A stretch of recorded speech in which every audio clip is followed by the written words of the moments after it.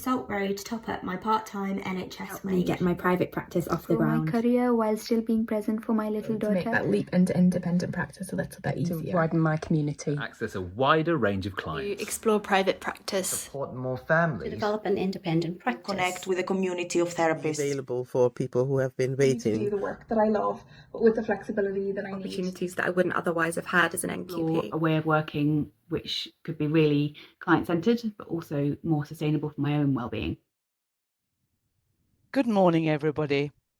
What a fantastic day we had. We were looking at the present and the future, and this session starts with 80 years of change. Can I, before we start, just thank all our sponsors for supporting the conference. It's very important to us and very informative. The important thing that we have to think about now is the person who's really brought this presentation to the fore, because Joyce Stansfield, Emeritus Professor, has been studying the history of our profession, and she's studying for a PhD. She's a glutton for punishment, obviously. She's already got a master's in speech and language therapy and has contributed a significant amount to research in the areas of ethics, learning disability, and many other fields. And she's now going on to help us to look at the basis on which we stand. Over to you, Joyce. Thank you. Could we get the first slide, please? Oh, I apologise, Joyce. I'd forgotten the very important housekeeping, and I'd been told twice before today, so I do apologise. There's a questions tab, There's a questions tab in that you can enter your questions as we listen to Joyce, and that will help us to organise the question session at the end. Don't put your questions into the chat tab, but please put in any comments that you have. Sometimes people have technical issues in such a conference as this. Go to the help desk, which is on the left side, and that'll go through to the technicians, which will be able to help you. And some of you have already joined the Challenge Hub, but I know we've got new people today.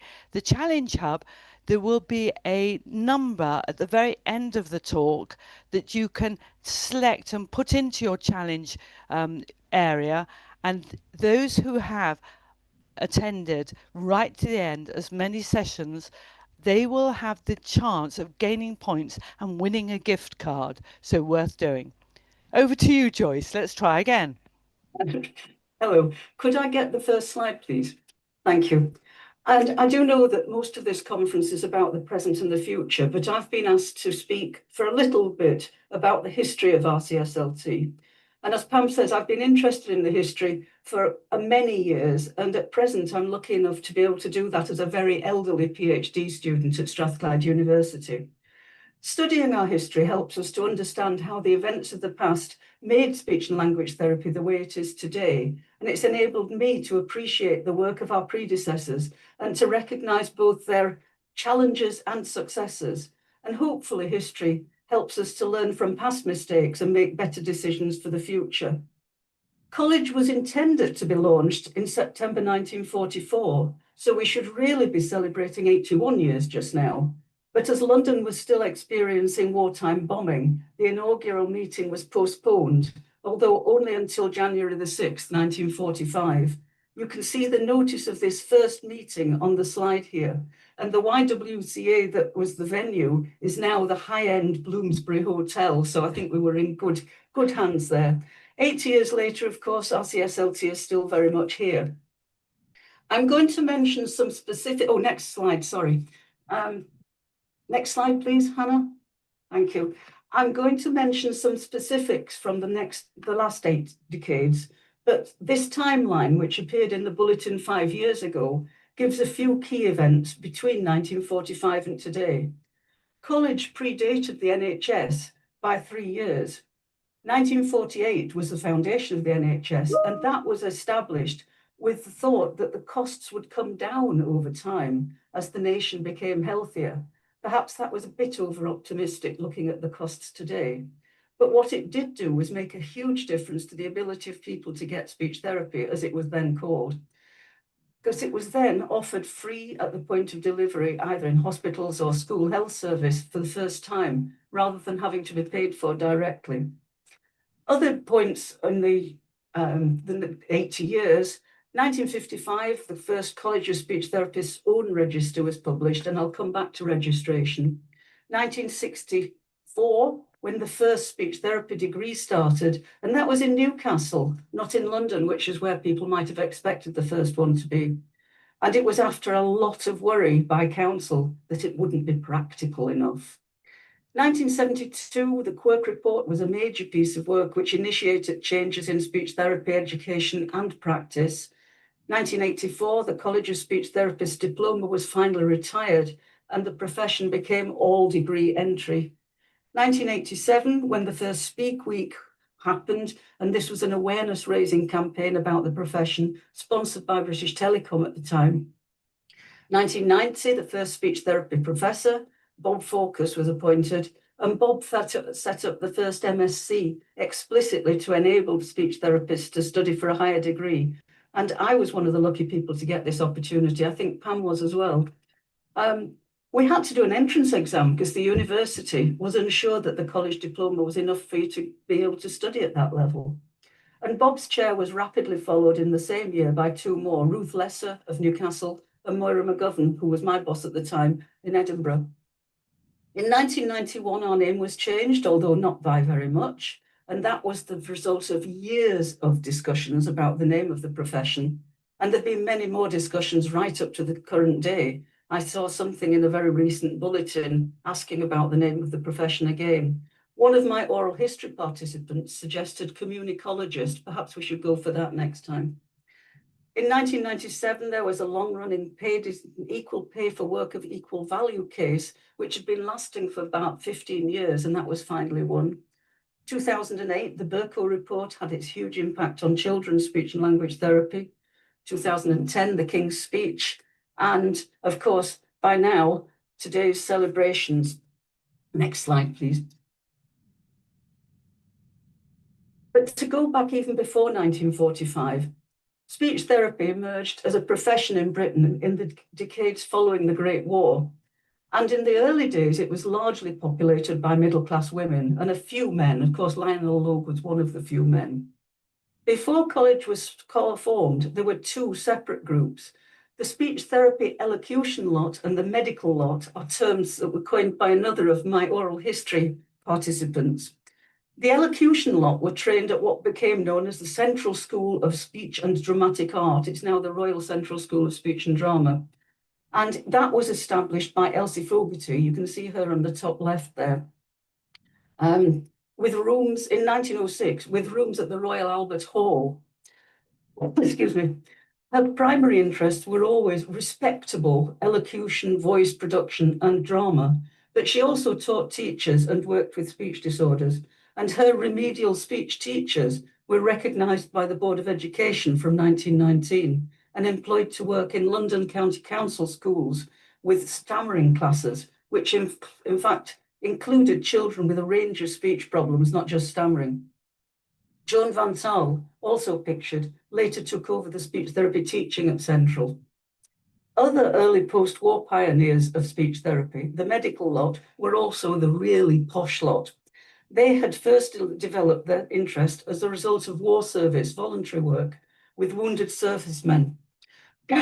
Winifred Kingdom Ward, for example, was the daughter of a professor of botany, and she'd been a singing teacher who volunteered as an untrained nurse, while Eileen MacLeod, the first chair of college, had royal connections and she'd joined the British Red Cross.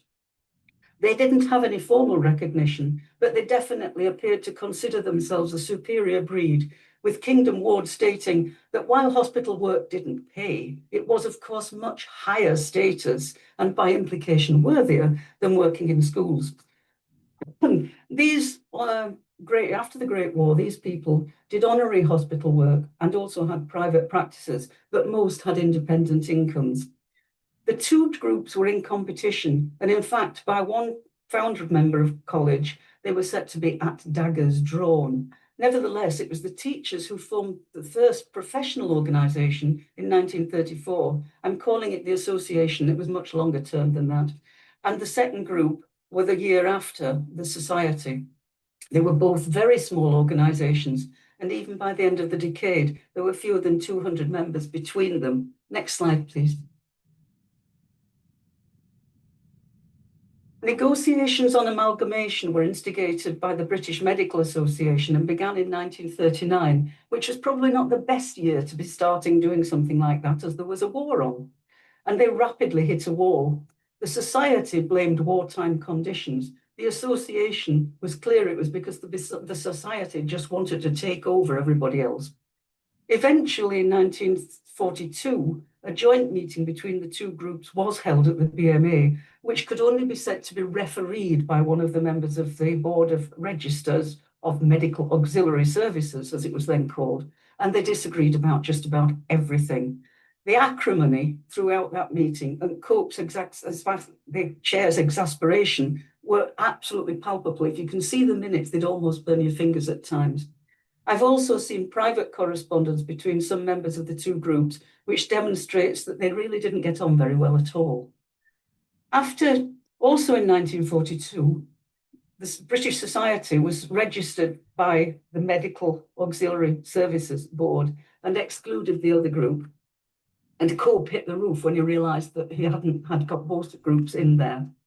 Eventually, mostly as a result of Joan von Taal, you saw her in the previous slide, she'd somehow joined both organisations, surreptitiously, I suspect. But eventually they did begin to agree to amalgamate, and the name was eventually agreed to be the College of Speech Therapists to avoid being called the Society or the Association. So somebody got away from those two in that point. College was formally inaugurated in January 1945 with Eileen MacLeod as the chairman, and her statement that's on the right there suggests that things had settled down. We've gained our status, we've got the college, we've got the standard, we're accepted. The struggle for recognition is over, so celebration. And the new organisation assumed responsibility for everything to do with speech therapy. Next slide, please. Now, I'm including a very loud, noisy clip here of Catherine Renfrew, who qualified in 1945. She's still recognised today through the scholarship that's been offered in her name until this year, and, of course, by her test battery. I'm sure people will still be aware of that. The sound quality is not great, but as you listen, just think about the fact that she was born and brought up and lived in Glasgow for the first 40 years of her life, although she doesn't sound like it. This is her talking about her first job. And if we could get the sound now, Hannah, please.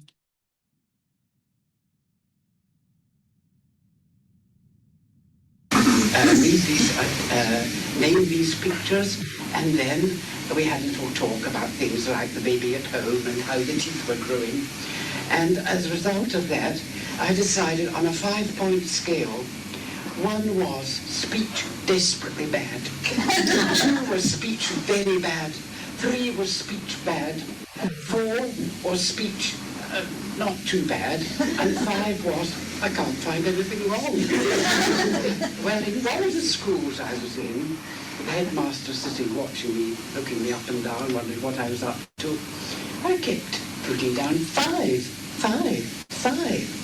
And so I made bold after one boy who seemed particularly fluent and clear in his speech to ask the headmaster. I said, "Oh, what did you find wrong with this boy? Haven't you noticed?" But actually I didn't. Does he sometimes stammer if he's excited? Oh, no, nothing like that. Well, is it his voice? No. Haven't you noticed what's wrong? And I said, well, no. He's wearing an iron on his leg. Oh, I said. It was the function at the other end of the body. He said, look here, ma'am. He said, When anyone comes up here from the medical department, I bring them out all I've got.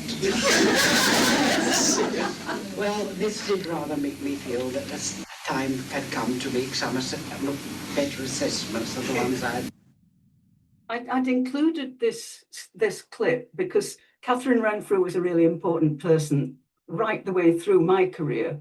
But also, she said, it stimulated her to move from her very basic categorizations, everything from desperately bad to I can't find out anything wrong, to some of the tests which are still used today. So she was a very important woman. Can we have the next slide, please? No, that's it. That's great. Over the past 8 years, I've been really lucky to be able to speak to some people that qualified in the first 35 years of the profession. So I'm drawing on some of those conversations now. Speech therapy was very little known in the immediate post-war years, and many people came to it indirectly. As Jay said, who had heard of speech therapy as a profession, never mind in 1948? And she'd considered a number of professions, including nursing, hospital almoner, which was social worker, and physiotherapy before finding speech therapy. Meg wanted to be a Shakespearean actress, and she said this with this grand gesture, but she was persuaded against that by her parents, although in joining the Edinburgh School, she'd still hoped to be able to slide across to drama without her parents noticing. I don't think she ever quite did. Career expectations seemed to be limited and unimaginative throughout the period. As Kathy said, the high flyers were expected to go to university. If you weren't in that league, it was expected you'd become a teacher. I did not want to be a teacher. An even decade later, Susan commented upon the limited and gendered expectations when she said, if you were a girl, you were taught to go to teaching. If you were a boy, you got taught to do technical drawing. Susan and Tam and others did make more active choices in pursuing speech therapy as a career. Susan was looking for more autonomy than being a teacher would allow. Tam had studied linguistics at undergraduate and master's level and wanted a practical rather than an academic career. Next slide, please. In terms of getting into college, it kind of amused me that Jay's mother did the interviewing before deciding speech therapy was an acceptable course for her daughter. For the rest, though, all my participants reported that they were expected to fit the suitability criteria of personality, intelligence, and aptitude, for example, using ear training tests in order to get into college. And these were variously assessed during interviews. I'm sure many of us can remember our interviews from going to trying to get into college in the first place. Carol said, the interview was very strange. They wanted to look at my mouth and see my dentition. They also wanted to know what my father did. This was 1958, and she reported that it made her concerned that as he was only a businessman, she might not be from the right background.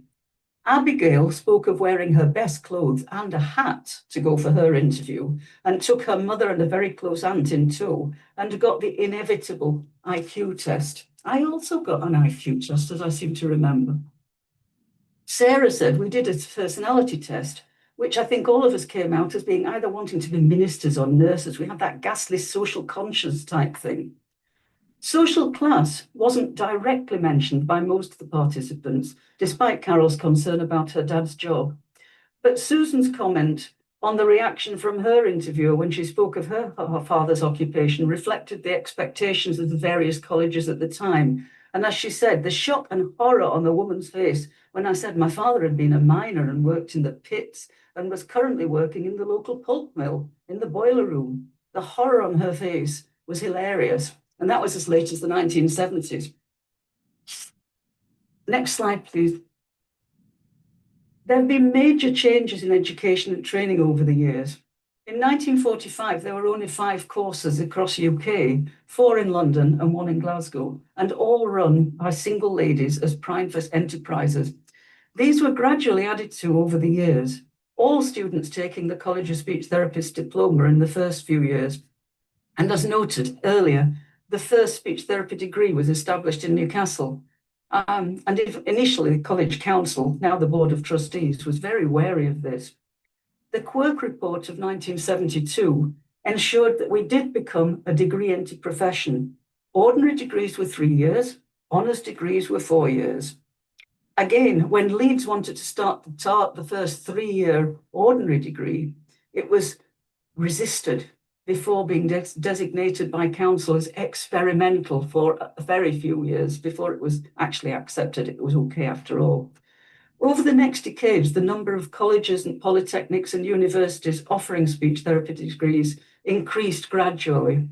There are now 3- and 4-year undergraduate degrees, 2-year pre-registration masters, and new degree apprenticeships in Essex, Birmingham, Sheffield, and I think most recently Hertfordshire, from what I was hearing yesterday. The other most recent courses arriving in the 2000s are at the universities of Lancaster, Chichester, Huddersfield, Keele, Roehampton, Lincoln, Wrexham, and York St John. So we've expanded dramatically over the few years. Next slide, please.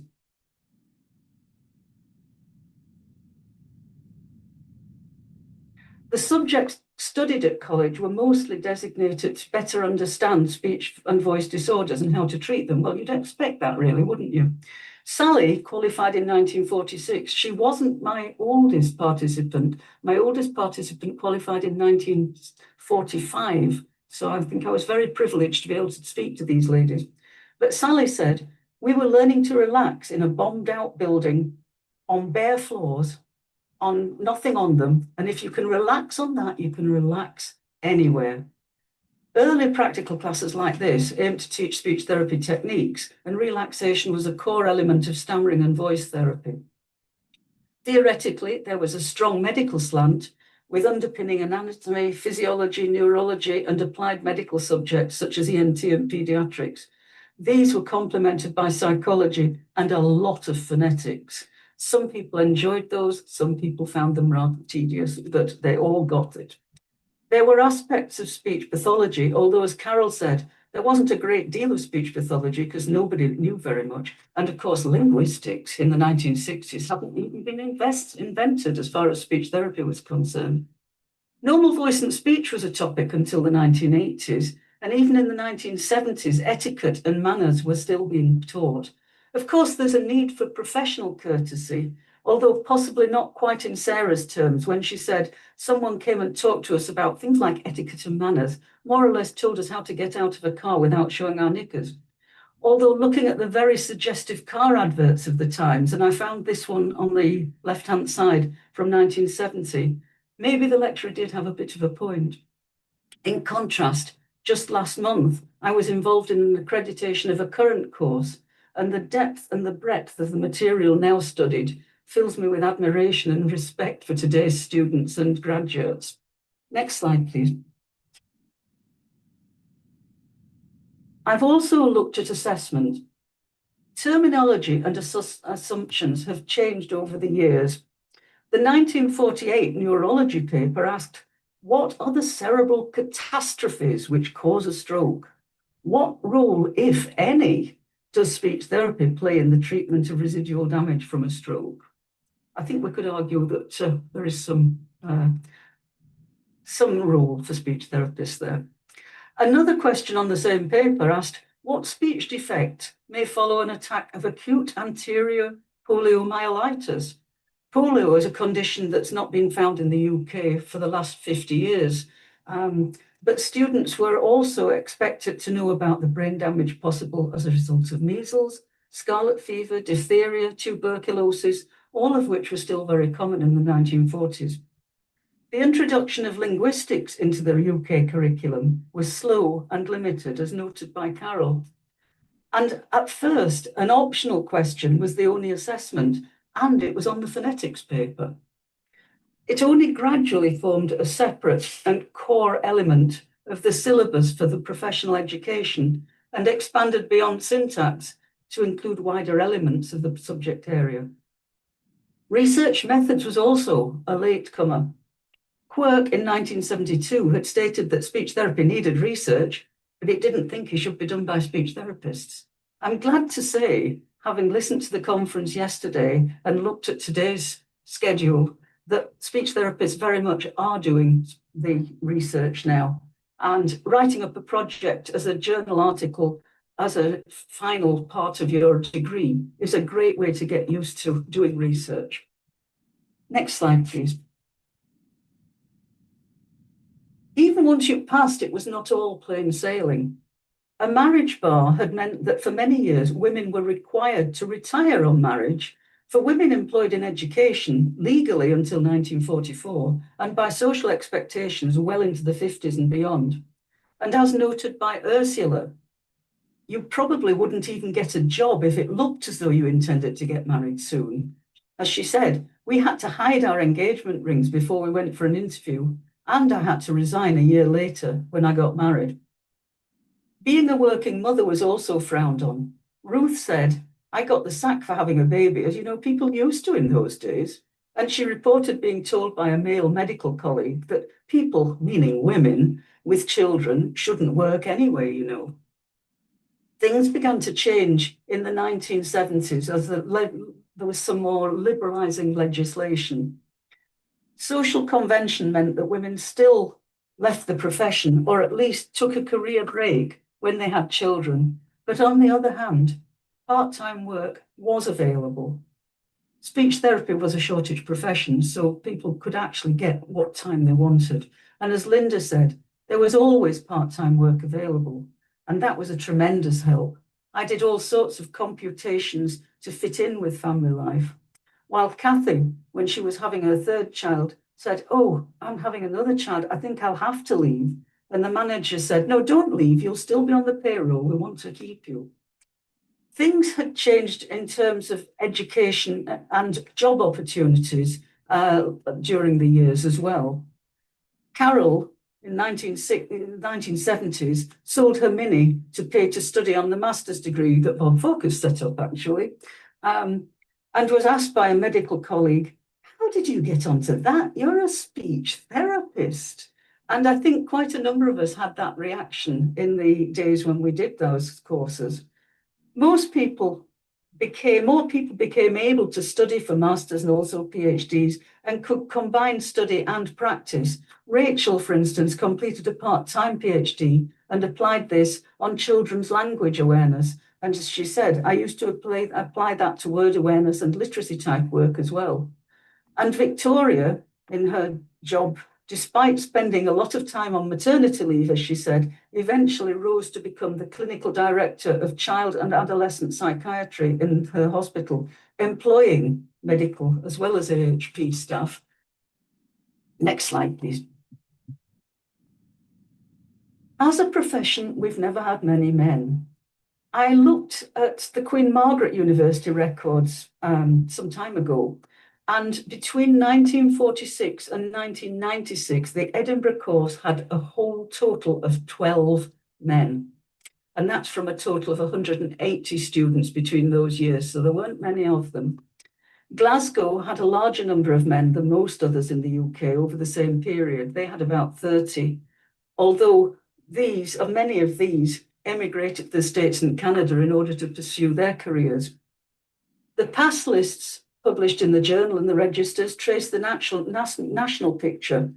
In 1942, the first national register had 5 men and 80 women.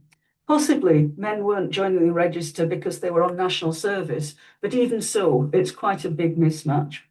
Between 1943 and 1969, a further 38 men qualified, of whom 7 never registered, 5 appeared for less than 5 years on the register, 12 emigrated, and so there weren't too many left in the UK.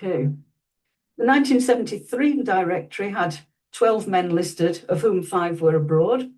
The 2004 directory, which was the last publicly available one by college, had 162 men listed, of whom 120 had qualified since 1990. And the most recent HCPC register says that we are still 95% female, with 3% male and 2% preferring not to declare. So as I can see from the later registers, even just in terms of gender balance, we've still got quite a way to go. Next slide, please. And as Jay observed, 2 men in a group was not common. We were famous. We had 2 men in her course, she said. And some men came from unusual backgrounds. One, called Ernest Douglas, for example, had practiced hypnotherapy on stage in Glasgow with some members of the audience stammering. And Dr. McAllister, who ran the Glasgow course, persuaded him to come and take the Glasgow speech therapy programme, and he qualified in 1948. Before joining a speech therapy course, Steve had left school at 15 and been a chef. Patrick had been a trainee Catholic priest. So people had come from different backgrounds. When they did join courses, they found that they were often the only man in the room.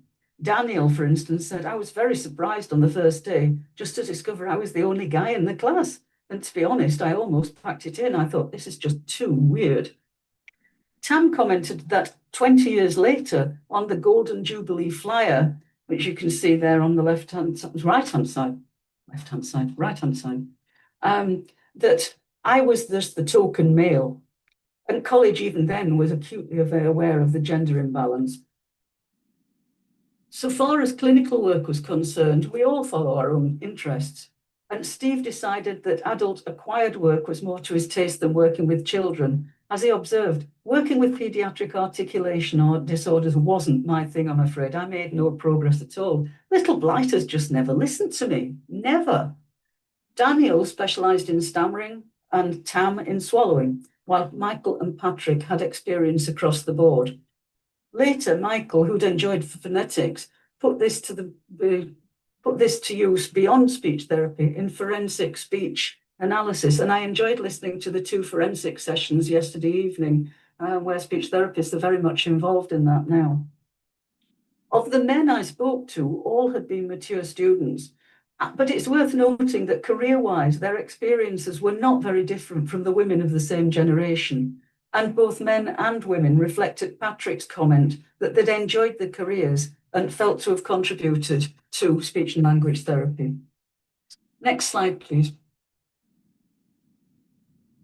To go back to registration, speech therapists were registered by the British Medical Association-sponsored Board of the Register of Medical Auxiliary Services in the 1940s. It's quite a mouthful, which is why I had to say that slowly. In 1950, an attempt by the British Medical Association and the medical profession was made to further control and prescribe all treatment offered by medical auxiliaries, including speech therapy. That failed. The Cope report, and this was chaired by Zachary Cope, who tried to bring the 2 groups together in the 1940s. But that report was soundly rejected by everybody, but particularly by speech therapists. By 1955, the profession chose to leave the National Register and establish its own register. And this was very much to the displeasure of the board. Everybody got rather bullying letters sent individually to each speech therapist saying that College of Speech Therapists was no longer a recognised qualifying body. And that's not strictly true, because it was recognised by the Ministries of Education and of Health, just not by the Board of the Registration of Medical Auxiliary Services. In 1960, speech therapy again chose to retain its autonomy and declined to be registered as a profession supplementary to medicine. And that continued for the rest of the century. Minutes indicate that Council was quite amused that at one meeting with the Minister of Health, who'd been trying hard to persuade them to join the CPSM, was cancelled because he'd lost his voice. It was reconstituted later, but they still didn't join. In the event, it wasn't until the early 2000s that we joined Health Professions Council, as it was called at the time. And at the last count, this year, there were over 20,000 speech therapists registered with HCPC. RCSLT has 23,000 members because the college list includes associate members, students, non-practicing and retired members, as well as those who are practicing. But it's a bit of a change from the 200 where we started. Next slide, please. So to move to the clinical. In the 1950s, there were no British standard SLT tests. And as Carol said, a lot was homemade and it was all very articulation based. Some of the first British tests to be published were the Renfrew scales. Each picture was individually hand painted And some of the prototypes can be found in the University of Strathclyde's special collections, because that actually holds the RCSLT archive. And to give it a plug, it's well worth visiting to see some of this stuff. And the Raynell test for children was developed. Both of those were in the 1960s. At the time, the Raynell was designated so difficult to administer that it took a 3-day training to become eligible to use it. In the 1970s came the Edinburgh articulation test, although, as noted by Janet, it didn't work even for all Scottish children. As she said, when the EAT came out, 1971, oh, whoopee, a standardised test, except, of course, they showed it to Glasgow children, a chimney, and they said lum, because that's what Glasgow kids called a chimney. So it's not just other languages that need translating, as Sean was saying yesterday, it's also dialect we need to think about. Assessment of grammar was enhanced, well, maybe, enhanced by LASP in 1978. Tam noted that this was not initially respected by the academic linguists at Reading. A lot of the staff didn't like the fact that Crystal and Fletcher and Garman had decided to kind of do something practical. It wasn't academic enough, it wasn't theoretical enough. I personally found it a fiendishly difficult thing to score because I'd not done enough linguistics when I was at college. But Victoria seemed to enjoy the training. And there's a recent YouTube film of David Crystal celebrating 60 years at Reading University's speech therapy, talking about LASP as a simplified approach to grammatical analysis, which I wouldn't necessarily agree with, but then I wasn't very good at linguistics, I suppose. For many years, adult assessment used mostly American materials. For instance, the cookie test, which you've got there on the bottom right. Since then, of course, there's been a plethora of British designed and standardized assessments, with an increasing amount being available online, as well as on paper, audio and video. Next slide, please. Therapy materials have also become more sophisticated over the years, and some are shown here. Kit moved from Meg and Selma's small collections, and most women respondents talked about the handbag kit that was whatever you got in your bag, so keys and tissues and makeup and anything else that was useful at the time. Meg said, I'd go on my bike with one of those little Whittaker baskets and I'd have in it my equipment, which basically consisted of a set of small hand mirrors and a packet of straws. And even 10 years later, Selma said, as long as you had a pencil and a piece of paper and a thing of bubbles, a mirror, a torch, a spatula, a tongue depressor, that was about it. People collated their own collection of useful materials, but later others spoke of new innovations and specifically designed groups, specifically designed programs. So far as AAC was concerned, it moved from Jess, who, with a physio colleague, said they designed a thing to hold heads up, and it was all very splints and goodness knows what then, but we invented a communication chart with pictures, to Abigail, who said, this new door opened up because we had communication technology, this symbolics, all sorts of fantastic things, and children really eager to communicate. And Splink, shown here, was an early computer-aided AAC tool. Many more are available now, although they're not cheap. And of course, having worked in Edinburgh, I can't ignore Tam's all the gee whiz equipment that they had there, including electropalatography. Excuse me, I'm going to have to have a quick drink of water here. You have about 10 minutes. Yeah, it's okay. Nearly there. We do, of course, have access to lots of less expensive materials. My personal least favourite has always been puppets, because I've never, ever managed to make them work when I've been doing therapy. But I've included my most favourite here, the pop-up pirate. And I'm sure everybody else will have their own favourites. We'll move on to the next slide, please. Recordings also changed over the years. Early audio recording used 78 RPM shellac, that is pre-vinyl discs, with a needle that cut into the disc to record the sound. And that would have been what Winifred Cook in the top right picture was using. And look at the size of the recorder. It took up most of the room. These were followed by reel-to-reel tapes, audio cassettes, mini discs and CDs. Older members might remember the Language Master with its magnetic tape and a picture that you could either have pre-printed or stick on with a little bit of blue tack. For film, again, there was reel-to-reel, VHS, DVD, and today it'll all fit in your pocket. Next slide, please. College publications have also changed. The Professional Journal was first published in 1935, long before college was actually established. And it's gone through many modifications, both of content, name, and appearance. The Bulletin started at a 4-sided foolscap document published quarterly. And that was because paper was in really short supply in the immediate years after the Second World War. And that's also had many facelifts over the years. After a few years, it went to monthly issues, but it's now back to quarterly, but with illustrations and photos that would have been unimaginable in 1945.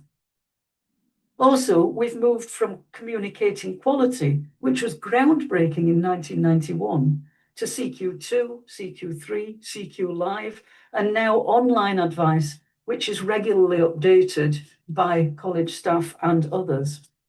Next slide, please.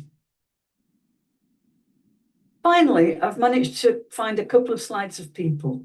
This one is of the chairs of college, and I've located college photos of all but one of the chairs of college from 1945 to today, although the quality of some of them isn't too clear. And if anyone knows of a picture of Miss Ruth Godwin's, which is the one anonymous picture there, she was the chair in 1969 to 70. Please, can you let me know and let me have a copy of it? Eileen MacLeod, in the top left, was the chair for the first 4 years, followed by Joan von Taal for the next 4 years, and those were the two that served the longest periods. Some people served for 1 year, some for 2 years, some served twice, which is why there are repeats of some photos.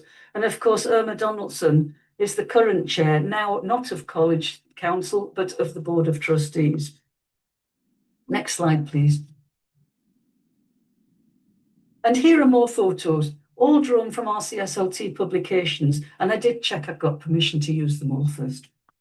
The top left is the College White Hart Yard headquarters staff team, soon after they moved into the building.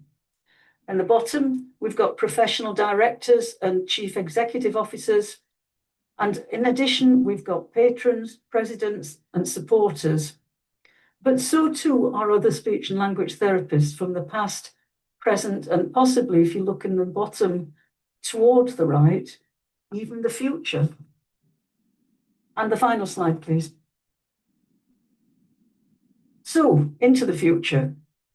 RCSLT aspirations in the 5-year plan for 2022 to 27 are listed on this slide. All of these have been mentioned in the presentations we've already heard in the conference over the last 24 hours or so, and there are more today. We owe thanks to the founders of the profession and the many people who've since contributed to where we are today. We are making progress with these aspirations, and I'm confident that the profession will achieve these aims. I'm really optimistic for the future, and I might even be around to celebrate the centenary in 2045. Back to you, Pam. Thank you so much, Joyce. What a fantastic journey. And you've done it so quickly and clearly. It's quite exhausting, really, isn't it? We've had quite a few comments in, and we have a few minutes, so bear with me if you will. The first one is a lot of people want you to write a book. and to make sure that your thesis is converted into a book so we can all benefit from much more detail than you've been able to give us today. So thanks a lot, and I think that endorses the work that you're doing.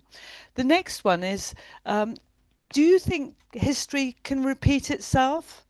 What themes emerge that you think that we need to learn from to take forward? I think in terms of repeating itself, no, because you never have the same situation twice. But I think we can learn from the things that we've done well and the things that we've not done quite so well. I think one of the things we do need to do is increase the diversity in the profession. And I know that college is working very hard to do that. And it's certainly changed dramatically since I was studying anyway, when everybody was white, female, mostly middle class. And I think there is more diversity now. I really hope so.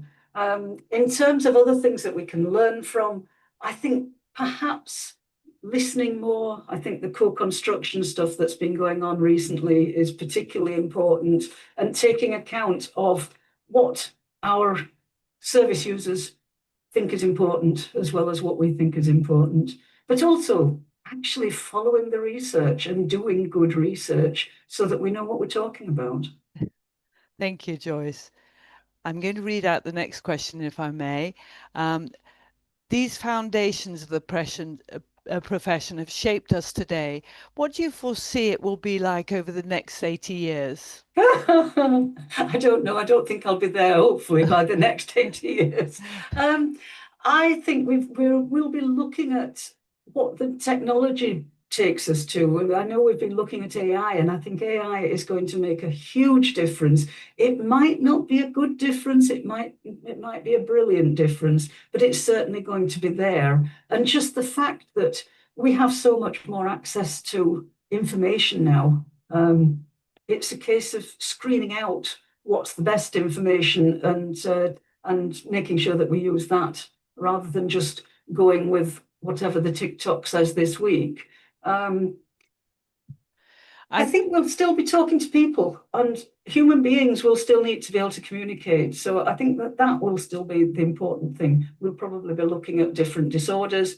We've got rid of a lot of infectious diseases, which used to be a problem, but there'll be other things instead. So how do we as members help the profession to do what it needs to do to shape our future? Get involved. What a lovely, straightforward question, and I'd like to endorse that as well. Absolutely. How do you imagine the future of the profession will look like in the closer future, more immediate future? I think in the immediate future, we probably need to fight our corner, because speech therapy employment has become much more diverse. And actually, that's quite interesting that it's gone from being very diverse to coming into being mostly NHS, and it's now spread across all sorts of different areas. And I think that's important, that we look for the opportunities that are there. Don't be frightened of taking risks. And I think that's something that our first keynote speaker was talking about yesterday as well, that just go for what looks to be important. And that will help to shape whatever the future is. Joyce, just one last question. I'm afraid I've got to ask you to be brief in the reply. Okay. Do you see have you got any concern with the rapid expanse of training places and universities? You came over as very positive. Do you think there's any concerns regarding that? I think it's the main concern is, will people get jobs? And I think the best thing about a speech therapy degree is you don't necessarily have to be a speech therapist all your life. You can use that degree to communicate in all sorts of different ways. Yes, and of course, there's always the concerns of getting the right amount of practical placements as well. Absolutely, yes. Joyce, I don't know how to thank you. Thank you so much. You've covered a lot of my professional life. I've seen a lot of those changes. I could really respond to what you were saying. So I really appreciate that, and appreciate the time that you're doing. And we all look forward to buying your book. Thank you. Goodbye then. Thank you. Bye. Can I just say a few words about after this session? first of all, that it's been recorded and you can hear it again, or for the first time if you haven't been able to get into this session. You can look on the programme and you can hear the recording.